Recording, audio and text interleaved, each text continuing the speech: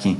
Se eu tenho um eletrodo apassivado, quer dizer que eu já formei uma crosta de compostos em torno do eletrodo e agora o eletrodo em si não consegue mais interagir com a amostra, certo?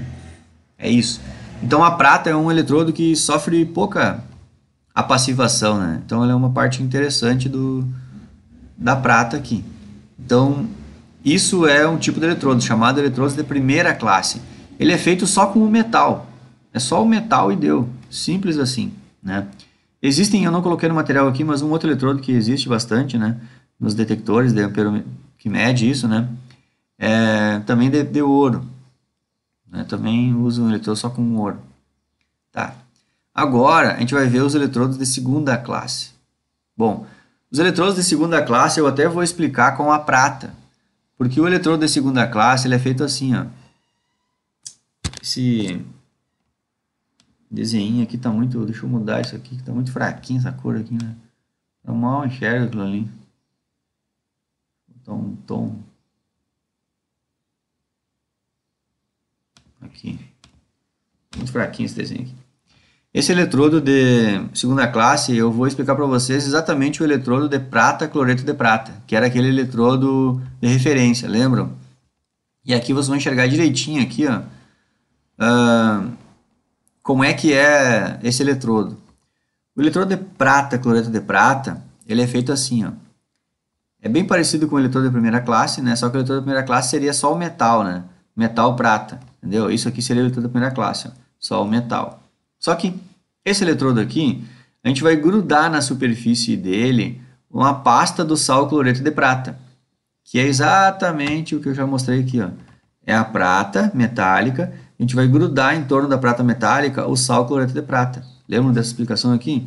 Pois é isso o eletrodo de segunda classe. É a prata metálica e em torno da prata metálica uma pasta do sal cloreto de prata, que é um sal pouco solúvel, certo?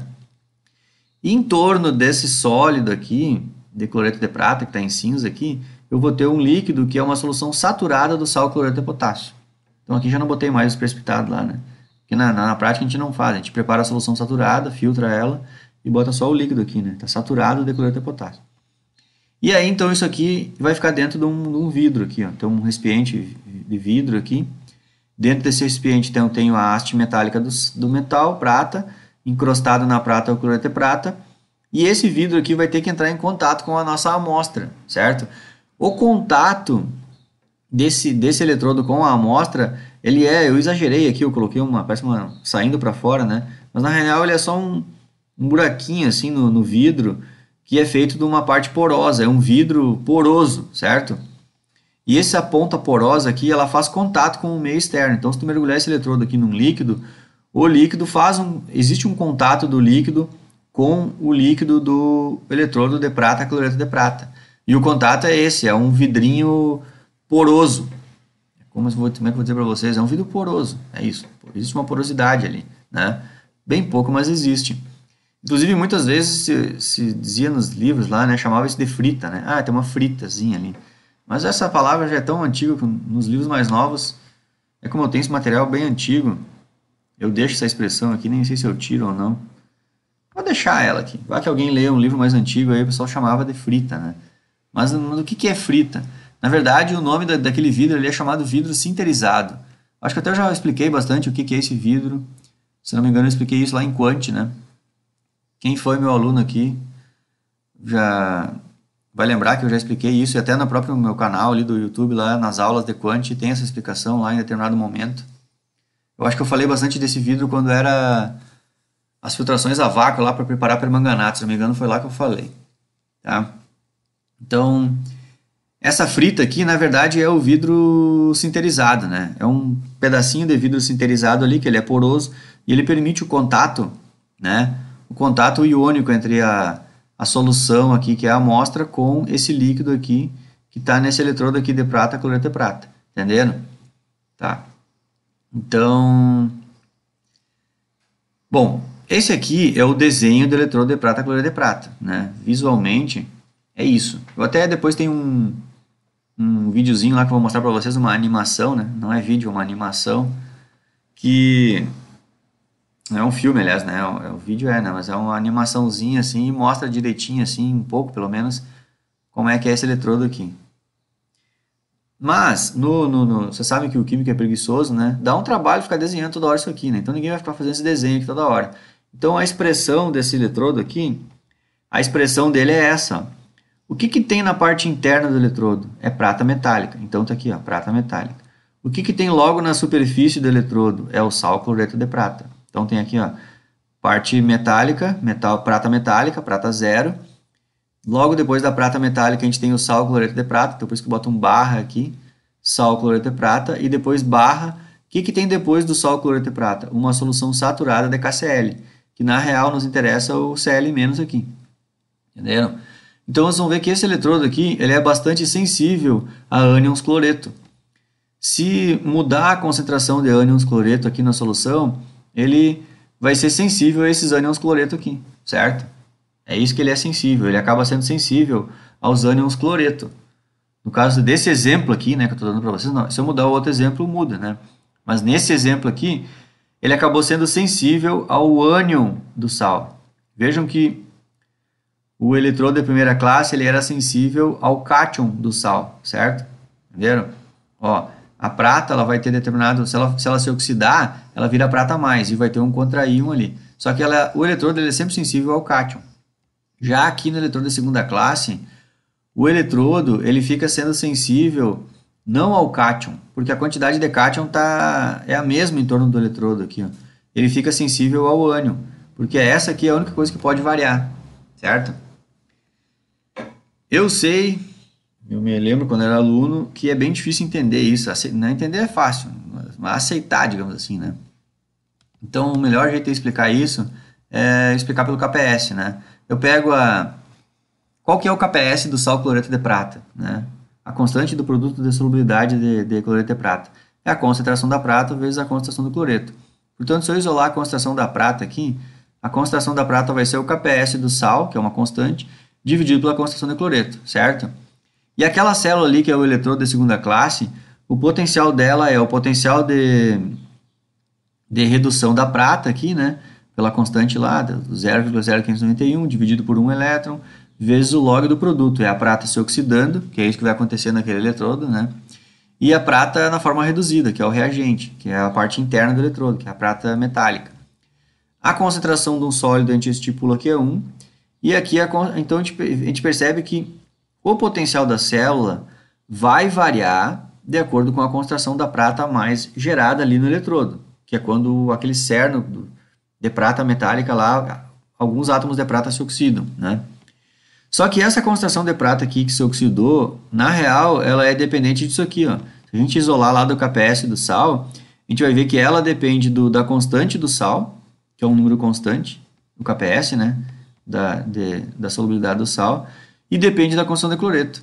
E aí, se eu voltar no desenho aqui, dá para perceber que o que pode mudar aqui, na parte de baixo aqui da tela, o que pode mudar aqui na solução onde isso aqui foi mergulhado é a concentração de cloreto, certo? Então, se a concentração de cloreto mudar aqui na região em torno do eletrodo, é isso aqui, deixa eu voltar aqui em cima, ó. Se a concentração de cloreto mudar na região do eletrodo, vai mudar esse cara aqui, ó. Entendeu? Então, eu substituí aqui o Ag mais aqui por essa equação aqui, está substituído, né? Isso aqui é 1, então aqui vai ser log disso aqui, ó, KPS, que é uma constante, e aqui o cloreto. Então, se mudar a concentração de cloreto lá na solução, onde foi mergulhado o eletrodo de segunda classe, é isso que vai fazer que mude o potencial daquele eletrodo, entendeu? Então, o eletrodo de segunda classe, eles sempre são construídos de modo a serem sensíveis ao ânion do sal. Que sal é esse? É o sal que forma o contra-íon quando o metal se oxida. O metal que tu escolheu para colocar como eletrodo, entenderam? Porque esse metal que tu escolheu, ele é o metal na forma sólida, vai ter que estar sólido lá. Então ele tá o metalzinho igual como está na tabela periódica, entenderam? Então é isso, quando eu digo sal é isso. Se aquele metal se oxidar, alguém vai ser o contra-íon desse metal, desse cátion. E é isso.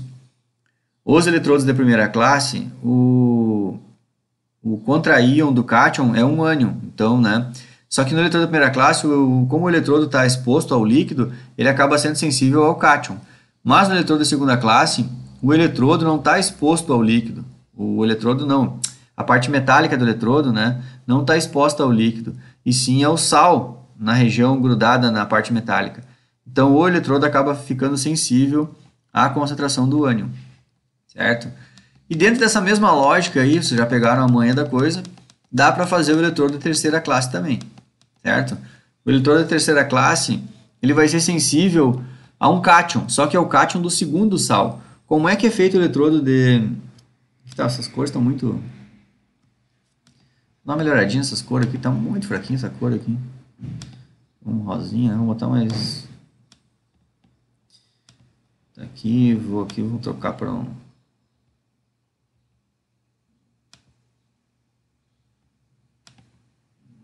Aqui...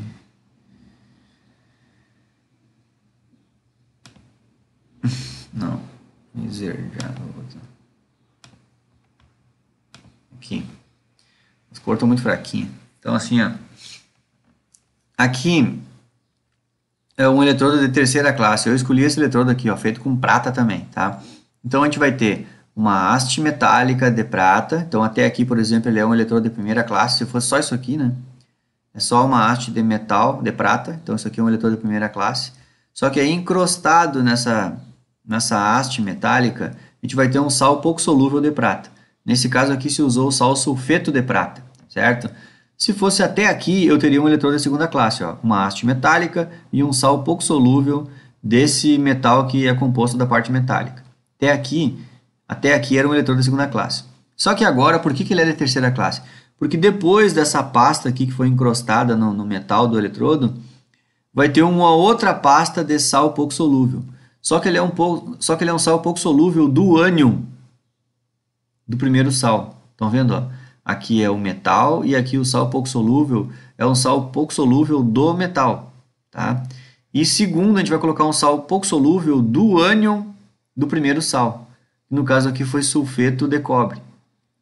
Então aqui o eletrodo de terceira classe ele seria, por exemplo, esse aqui, né? O metal prata, em torno dele o sal sulfeto de prata e depois em torno do sal sulfeto de prata o sal sulfeto de cobre. Beleza. Como o último sal era sulfeto de cobre, eu vou ter que usar uma solução saturada com cobre. Certo? Uma solução saturada com cobre. E aí, esse eletrodo aqui, ele vai ter uma parte porosa lá nele, né?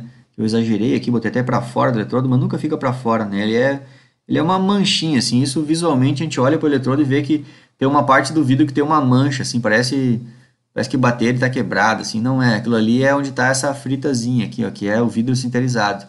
É um pontinho pequeno, assim, bem pequeno, assim, mas é bem fácil de ver. Na aula experimental eu sempre mostro isso, tá? Então, aqui a solução vai ser uma solução saturada com cobre 2+. Então, qual é a lógica aqui desse eletrodo de terceira classe? Ele vai ser sensível ao cátion, só que é o cátion do segundo sal. Então, veja que eu construí um eletrodo com prata, coloquei em torno dele sulfeto de prata, mas em torno do sal eu botei sulfeto de cobre, e agora esse eletrodo ele acabou sendo sensível a cobre, certo? Se variar a concentração de cobre aqui, vai variar o potencial no eletrodo. É isso. Para isso ficar bem fácil de entender, a gente pode entender isso pelos KPS, né? Que é bem fácil. Ó. Primeiro eu escrevi o KPS do sulfeto de prata. Então aqui a concentração da prata, né? Ela vai ser igual à concentração do KPS de prata dividido pela concentração de sulfeto, né? Aqui eu ratei porque está ao quadrado aqui, tem que botar um raiz quadrada aqui, né? Entendeu? Beleza? Mas beleza, vamos deixa assim. Agora vai demorar, vou ter que... Depois eu arrumo isso aqui e deixo no material, né? Vai dar um trabalhinho para arrumar isso aqui, tá? E aqui, tem coisa que o cara percebe só na hora, né? E aqui a concentração do cobre, né? O KPS dele é o cobre com sulfeto. Então o KPS do sulfeto de cobre, a concentração de sulfeto vai ser igual ao KPS do cobre, né? Do sulfeto de cobre, dividido pela concentração do cobre. Então aqui... Não preciso colocar o quadrado aqui. Acho que eu só me lembrei que eu esqueci de botar o... Que ali vai estar o quadrado lá, né? Então é só botar o quadrado aqui, ó. Não precisa... Só corrigir isso aqui, ó. Não preciso isolar o H+, porque aqui na equação tá assim, ó. Então deixa eu mostrar para vocês aqui, ó. Qual que é o potencial lá no primeiro sal, que está em torno da prata metálica do eletrodo. Parei que estourou o tempo.